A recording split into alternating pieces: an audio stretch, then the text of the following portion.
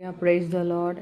అయితే నేను ఈరోజు మీతో కొన్ని అద్భుతమైన విషయాలు నేను ఈ రికార్డింగ్లో పంచుకుందామని ఆశపడుతున్నానండి. ఇటీవలే నేను అజూజా వీధిలో జరిగిన అద్భుతమైన కథలను గురించి నేను పుస్తకంలో చదివాను. ఈ పుస్తకంలో చదివిన ప్రతి కథ కూడా నన్ను ఉజ్జీవపరిచింది. నేను కూడా అందులో పాల్గొవాలని ఆశ పుట్టింది. అయితే ఈ పుస్తకము దాదాపు ప్రతి వర్జన్లో కూడా ఇంగ్లీష్లో ఉందండి. అయితే అందరూ ఇంగ్లీష్ ఆ పుస్తకం కొనుక్కొని చదవలేరని నేను అనుకుంటున్నాను. కాబట్టి నేను ఈ పుస్తకంలోని కొన్ని కథలు మీకు వినిపించాలంటూ ఈ ముఖ్యమైన వాక్యాన్ని నేను మీతో పంచుకుంటున్నానండి. మొదటిగా వారి యొక్క ముఖ్యమైన వాక్యం ఏంటంటే, దేవుడు అద్భుతమైన కథలు చెప్పు దేవుడు అద్భుతమైన కథకుడు మరియు సాక్ష్యం. ఆయన గొప్ప కథలను సజీవంగా ఉంచుతుంది కదండి. అంతేకాదు, దేవుని కథలు తరతరాలు వారిగా కొనసాగుతూ ఉంటాయి. గతంలోని కథలు ప్రస్తుతంలోని కథలుగా మారుతాయి. మీరు ఇప్పుడు వినబోతుంది దేవుని ఒక గొప్ప కథ, అజూజా వీధి యొక్క కథ. ఇది గతంలో ఉన్నది, ఇప్పటికే ఉంది, ఇంకా రానుంది. హల్లెలూయా. టామీ వెల్షెల్ అజూజా వీధి కథలను జీవించాడు. ఆయన ద్వారా ఈ కథలు కొనసాగుతున్నాయి. ఆయన ఇప్పుడు మరణించారు, కానీ కేవలము చెప్పబడడం మాత్రమే కాదు, ఈ ప్రస్తుత ప్రయాణమైన క్షణంలో ఆచారంలోనికి వస్తున్నాయి.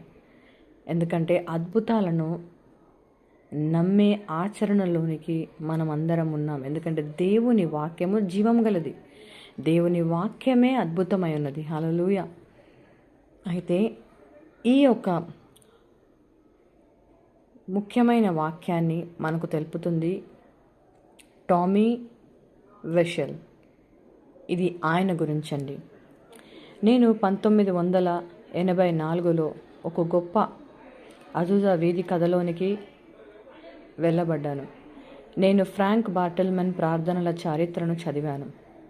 ఆయన 1905లో ఉపవాసము చేసి ప్రార్థిస్తూ మనకు తెలిసిన అజూజా వీధి పునర్జీవానికి దారితీసిన అద్భుత సంఘటనలు లిఖించారు.